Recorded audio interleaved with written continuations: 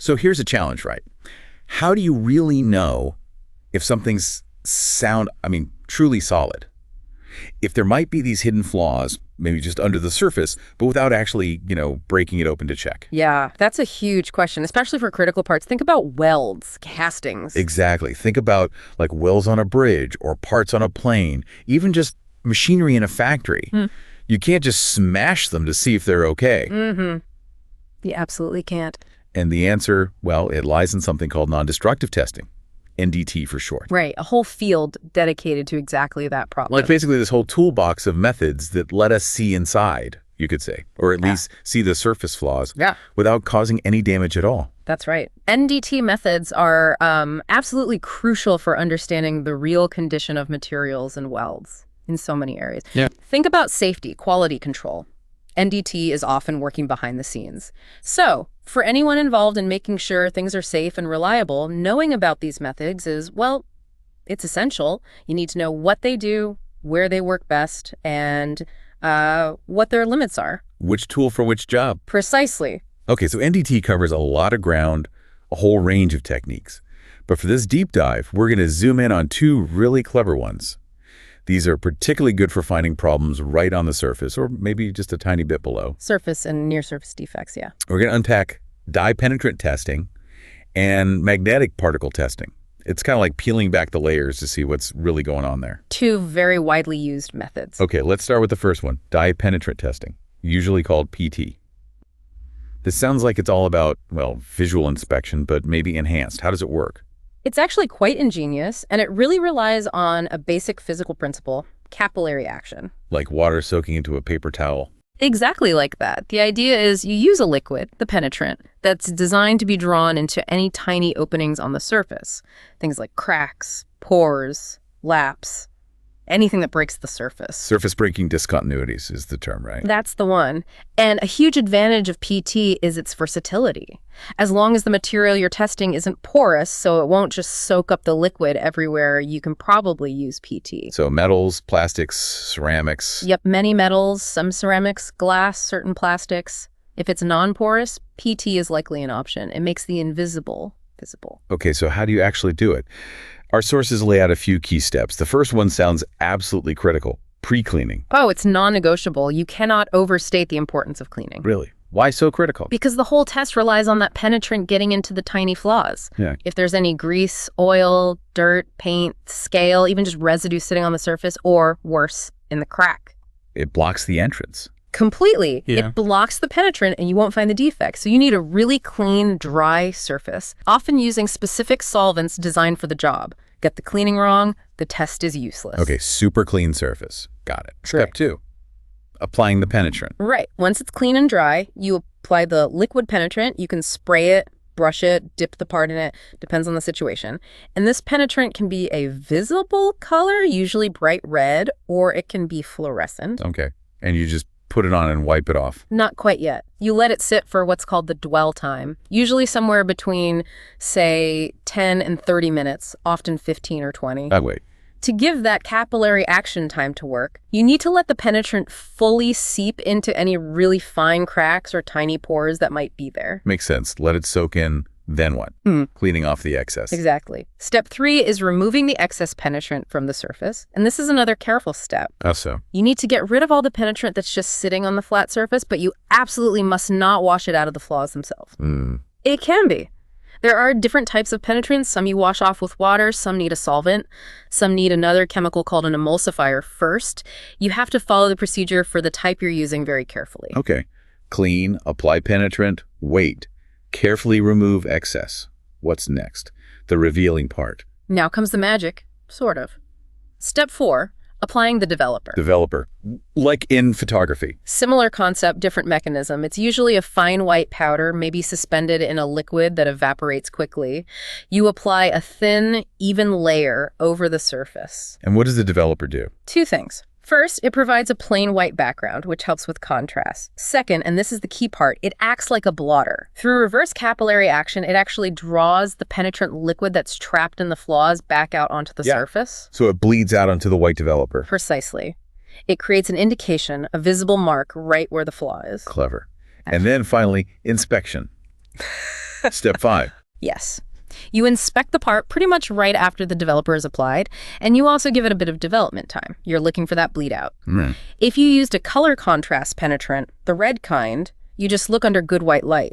The defect shows up as a red line or dot against the white developer. And the fluorescent. For fluorescent penetrants, you need to look under UVA light, ultraviolet light, often in a darkened area. Why use that? Much greater sensitivity. The penetrant glows brightly, usually a yellow-green color, making even very fine cracks much easier to see. It really pops. Okay. And after you find or don't find anything? Then there's usually a post-cleaning step to remove the developer and any remaining penetrant. Right. So summing up PT, what are the big plus points? Well, it's pretty simple to learn and use. The equipment is relatively inexpensive and very portable. You get results fairly quickly. No power needed, right?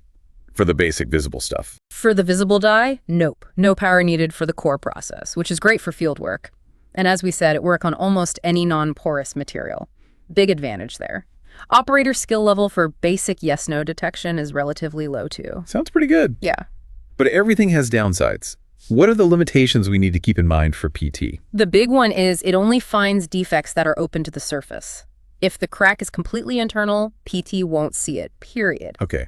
Surface flaws only. What else? It doesn't really tell you much about how deep the flaw is. You see a line, but is it shallow or deep? PT doesn't say. That could be important. Definitely. Also, temperature is a factor. It doesn't work well if it's too cold, say below 5 degrees C, or too hot, above maybe 60 C. The liquid just doesn't behave right. And the cleaning. We mentioned it, but it bears repeating. Surface preparation is absolutely critical. A bit of dirt, and you might miss everything. Plus, the chemicals involved can be hazardous solvents. Penetrants need proper handling and disposal.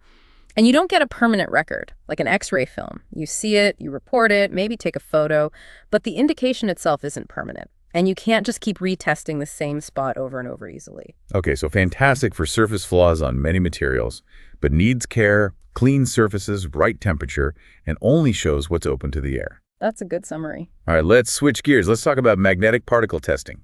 MT. This one uses magnetism. That's right, completely different principle. MT relies on magnetizing the part you want to inspect. Okay, so that immediately tells us something. It only works on certain materials. Exactly. It's only applicable to ferromagnetic materials. Basically materials that can be strongly magnetized, like iron, steel, nickel, cobalt, and some of their alloys. So no aluminum, no copper, no typical stainless steels. Correct. That's his main limitation right up front. If the material isn't magnetic, MT is not an option. Okay, assuming we have a ferromagnetic material, how does the magnetism help find flaws? Well, you induce a magnetic field in the part. If the material is sound, the magnetic field lines, the flux, stay mostly within the material. But if there's a discontinuity, like a crack, that interrupts the path of that magnetic field. It has to go somewhere else. It has to detour around the interruption. And where it leaks out at the surface, it creates what's called a leakage field, little local magnetic pole on the surface. Okay, a leakage field. And then you apply fine magnetic particles, basically tiny iron filings, often suspended in a liquid ink or sometimes as a dry powder onto the surface while the magnetic field is applied.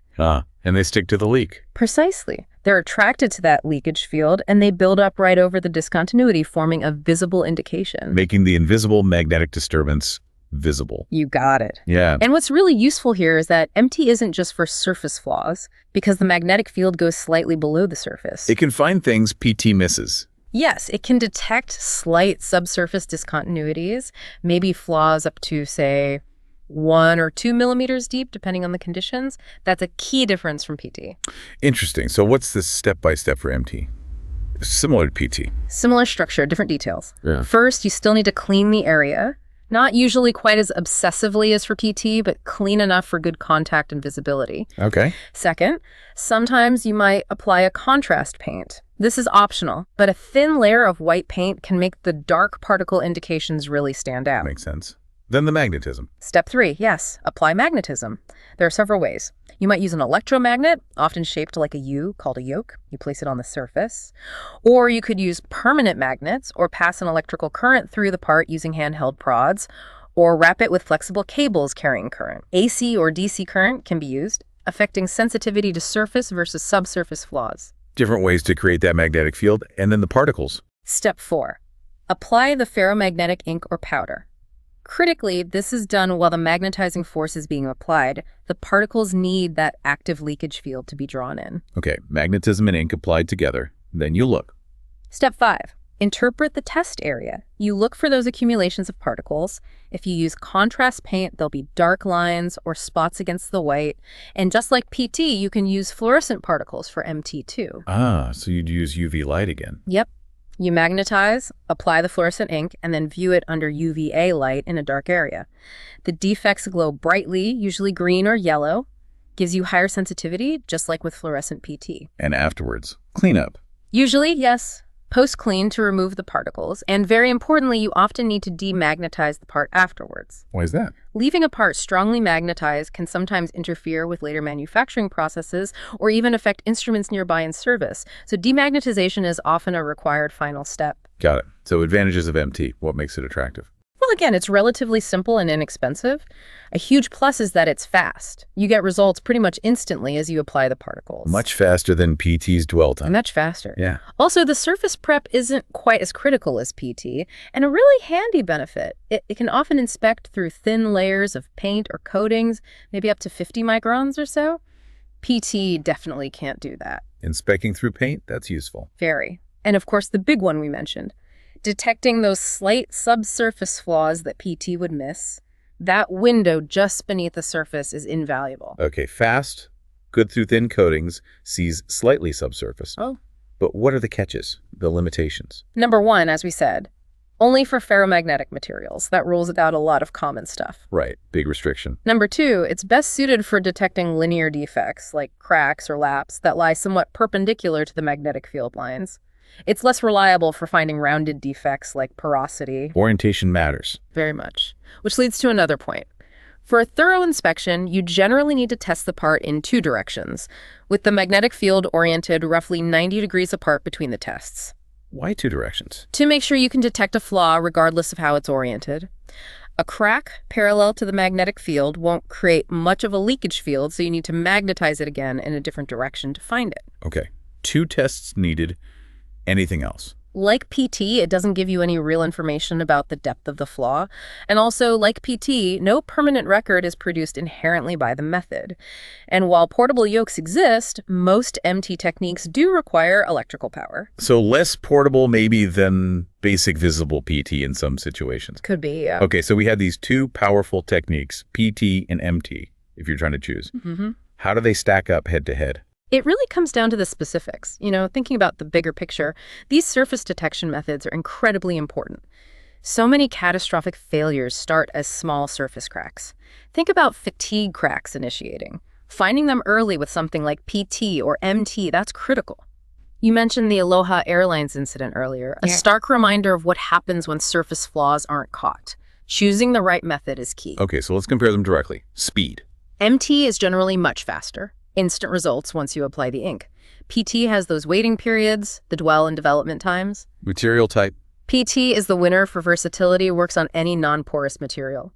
MT is strictly ferromagnetic only. Surface prep. PT needs meticulous cleaning. MT is more forgiving, requires less prep, can even see through thin paint. Defect depth. MT has the edge here. It can find those slight subsurface flaws, maybe 1 to 10 millimeters deep. PT is strictly surface breaking only. Power needs. Basic visible PT needs no power. Fluorescent PT needs UV light. MT generally needs electricity for the magnetization, though permanent magnets are an option sometimes. Any other key differences? Chemicals. TT uses various chemicals, some potentially hazardous. MT mainly uses iron particles, often in oil or water, generally less of a chemical hazard issue, though care is still needed. And record keeping. Neither method creates its own permanent record. You need photos or good documentation. So it's a trade-off. You weigh the material, the speed needed, whether you need subsurface detection, the environment. Exactly. How do you weigh those in the real world? Well, that's where experience comes in. You learn, for instance, just how easily a thin film of oil can mask a crack in PT. Or you learn the hard way that if your magnetic field isn't oriented correctly in MT, you'll miss a critical flaw that's lying the wrong way. These aren't just, minor details. They can be the difference between finding something dangerous and missing it completely. It really drives home how important proper training and understanding are for these NDT methods. Absolutely critical. Well, this has been fascinating. We've really peered under the hood, so to speak, at dye penetrant testing and magnetic particle testing. It's amazing how these relatively simple-sounding techniques allow us to ensure the safety and integrity of so many things around us without having to destroy them in the process. It really is. And understanding how they work and, crucially, where their limits lie is key. It's not just about knowing the steps, it's about applying that knowledge correctly, choosing the right tool, using it properly. That's what ensures reliability. So maybe a final thought for everyone listening. The next time you see a large metal structure, maybe a bridge you drive over, a pipeline, even just thinking about parts in your own car, take a second. Think about the invisible science, the hidden checks that likely went into making sure it's sound. Relying on clever tricks with dyes and magnets to find tiny flaws before they ever become big problems. It's quite something.